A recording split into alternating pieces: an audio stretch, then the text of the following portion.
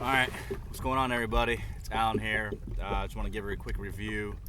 I got some downtime because I'm in the middle of the ocean. There's no action going on. So right now I'm sitting in here in the Feelfree Lure2 Tandem.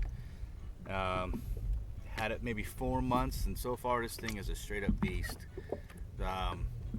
It fits 2 people, but as you can see right here, there's a 360 view, so you feel free to circle around. I have the front seat taken out, and I have the reliable fish bag up front with a bungee cord sitting on there in case of for some reason if it flips, I'm not going to lose the fish. It's a $150 bag, give or take. So up front, all I have is just the mount that the camera's on and the reliable fish bag. When my wife is up front, if I have anyone else riding up front with me fishing, I'll have 2 Rail Blazas rod holders up front. Right now I have 2 Rail Blaza rod holders on the sides right here for trolling. On this one I have a deep diver to plug, and this one just trolling a live cigar minnow. In the sonar pod I just have a battery in there, and the battery's hooked up to the Garmin 7SV fish finder here, sitting in 65 foot of water. It's a side scan, but for the sonar pod up here on the I guess on the Tandem, it doesn't. If I were to screw it into the bottom of it, it won't read because where the hole sits. So what I would have had to make an adapter, which would have been an easy fix. But when I go to the beach, I'd have to pull out the sonar pod, and riding solo on the Tandem, it's not suffice to crawl up there, pull it out before I hit the beach, because sometimes you don't have enough time to do that. So what I did is I have one of the Rail Blaza transducer mounts over here on the side hooked up to the Feelfree track adapter, I guess is what it's called. And then same up here, I have another one hooked up for the Garmin. And then I actually bought the Feelfree adapter, the little bottom pieces to hook up for the Rail Blaza here. For my phone mount, the Rail Blaza phone mount here. And then same thing, I have another track adapter up here. This thing has 2 rod holders in the back. I got my sabiki rod up here. I tie everything down, especially when you're offshore, because I flipped a kayak before and I lost a lot of stuff. So got another one right here. There's not a cup holder on this kayak really, so I have the Yak Attack cup holder. It sits right here. It's kind of hard to see probably, but not too bad. You can stand up on this thing pretty easy. You know what I mean? So pretty cool. You can sit up here, you can cast, you can do whatever. You can one leg it, if you need to or whatever. I don't know.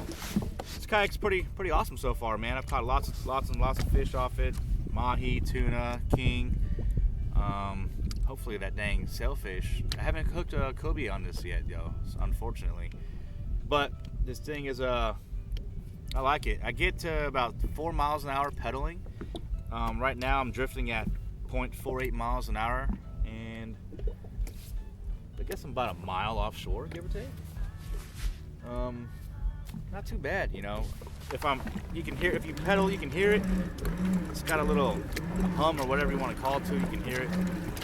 It's not too bad. When I first got it, it was really loud and it was kind of hard to pedal, but once you start, give it about a week or so or a few trips out, it gets a lot easier. Some people feel like this is up in your legs. It's really not that bad. One cool thing about that Dorado is that new seat, man. This thing is super small, so I have to kind of lean back in it a little bit, but it's not too bad. I did have plano boxes here on the side, but it's much easier just to get to it from under frozen sig.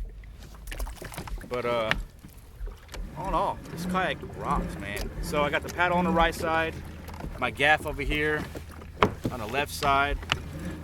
There's not much storage areas for this kayak. There's one up front, and it has like a small, I guess, little 6-8 inch hatch, which is not too bad. I don't really use it too much. If I do, I'll put like some suntan lotion or sunblock or whatever, for these sunny days. But other than that, I don't really use it too much. I keep as much as I can. I keep my phone right here if I need to, or I keep it in the Rail Blaza phone mount. I might mount something up here on the drive, but not too bad. It seems pretty cool. So this is the steering. A lot of people don't like the steering. It's nice. It's not bad at all. I mean, it takes some getting used to. So you pull up, turns left, push down, turns right. The key is this little black knob. You gotta twist that thing so your rudder doesn't go back and forth on you. What I would probably do is keep a spare cable and some pliers and stuff on you somewhere within the kayaks, because I've had it snap 3 miles offshore before, so I had to come in with a paddle, you know. At least this thing was still here and I can just turn with the paddle. It wasn't too bad.